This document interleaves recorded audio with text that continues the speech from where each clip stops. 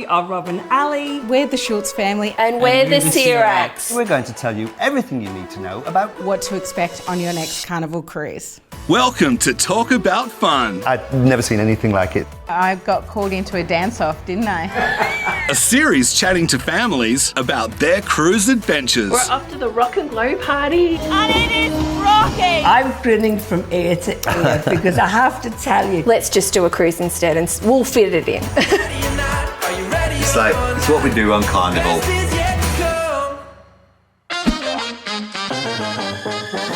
So when I was first looking to do our first cruise, I was wondering what company, what ship to do. I was trying to find something that we could have fun on. Morning guys, at Carnival, Splendor. Let's have some fun. What makes choose Carnival over any other cruise line? There are just so many things. It's not just the price, there are more budget cruise lines, but it's the attitude of the staff, it's the inclusions. There's more inclusions, I find, with Carnival than a lot of other cruise lines. So you get free pizza. So when we found Carnival, they had the slides, they had fun activities through the day. You love the water slide. And pool. There's kids club. All kids go so then parents can go and relax. They've got fun for adults as well.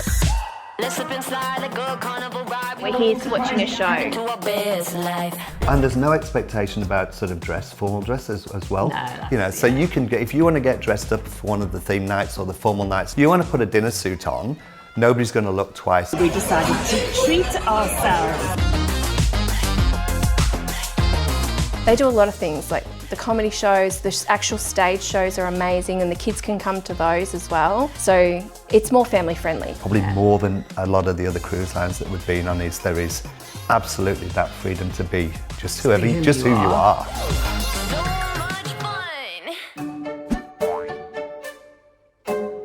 Robert's hobby in itself It is. looking for holidays. So generally what we try to do is we'll try to have maybe one big cruise per year, and then we'll fuel the addiction or fill in the gaps with little 3 or 4 day cruises where we only need to take 1 or 2 days annual leave. I factor in the stops, the ports that you visit, how long we'll be actually going for. Oh, look, we've got the Opera House. Oh, this is what I've been waiting for. Obviously what's great about a cruise is you're stopping and seeing different countries or islands, obviously from Australia, so that's been great, hasn't it? We got to do shopping and stuff. It was really fun. What's the saying that change is as good as a holiday, and it's absolutely true. The cruising these days is actually, you get a deal. It's actually cheaper to go on a cruise for 3 days than it is to go in a hotel down the coast. So it depends on obviously which cruise you go on. There are Northern Queensland cruises to like Great Barrier Reef. You've also got South Pacific cruises, which we love. And then if you go on the longer cruises, you've got your ports of call. You'd open the curtains and it'd be, you were in a different country and you just get that excitement. We are leaving the ship. So excited, guys. It's so gorgeous, isn't it? Cruises these days, though, they go literally everywhere. You go on their page, you can find so many destinations to go to. Yeah, we still want to do New Zealand and then maybe one day the Mediterranean. So you can book shore tours through Carnival, and they've researched a lot of different activities with a lot of different local providers. They will take care of everything. And it's incredible because you get off the ship and you can go and do things like visit waterfalls. We've gone canoeing. We've done so many incredible things. Let's see if we can find some turtles. And it's just wonderful to be able to get back on that ship, not have to think at all about where am I going to dine tonight? What are we going to do? We're exhausted. We've had a full day out. Can't be bothered doing anything. Everything is all there for you. You just go in, have your shower, and you basically just walk from venue to venue or restaurant to whatever. And you've just got a full evening of entertainment without any brain thought whatsoever. And then can you imagine waking up the next day and you being in another location?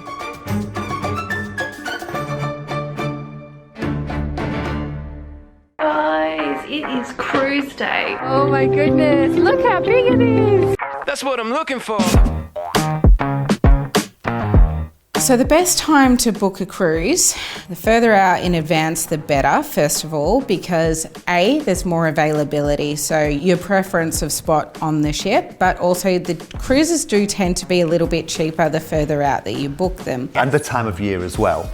So you go to the South Pacific and pretty much any time you're going to get really good weather. But if you go down to New Zealand or down to Sydney or Tasmania, some of those, especially in the winter time, it can be quite cold. So be aware of where you're going. Obviously, school holidays is a great time for the kids. We also do like to cruise for special events. So we have done a New Year's cruise and that was a lot of fun. 3, 2, 1. That's what I'm looking for. Big tip I have is to watch the weather on where you're going, and looking at what's coming up and what's happened before is usually what I try to do. And it helps with packing as well, obviously, and sort of knowing what you're doing if you're getting off the ship. When you look at the amount of luggage we take on a cruise ship, just because we can. Oh, there's all our bags. If you're not flying, you're not as restricted, and we will take clothing for warm weather, for cold weather, for formal, for non. We way overpack. We put our fancy jackets on, but they just have to keep coming off all. When I'm looking at cruises, I just kind of browse the website every now and then and just kind of see what sort of offers there are. I have to admit, as soon as I get off a cruise, if I haven't already got it booked, right now I think we've got 7 cruises booked, but if I haven't already got it booked, I'm booking another one again.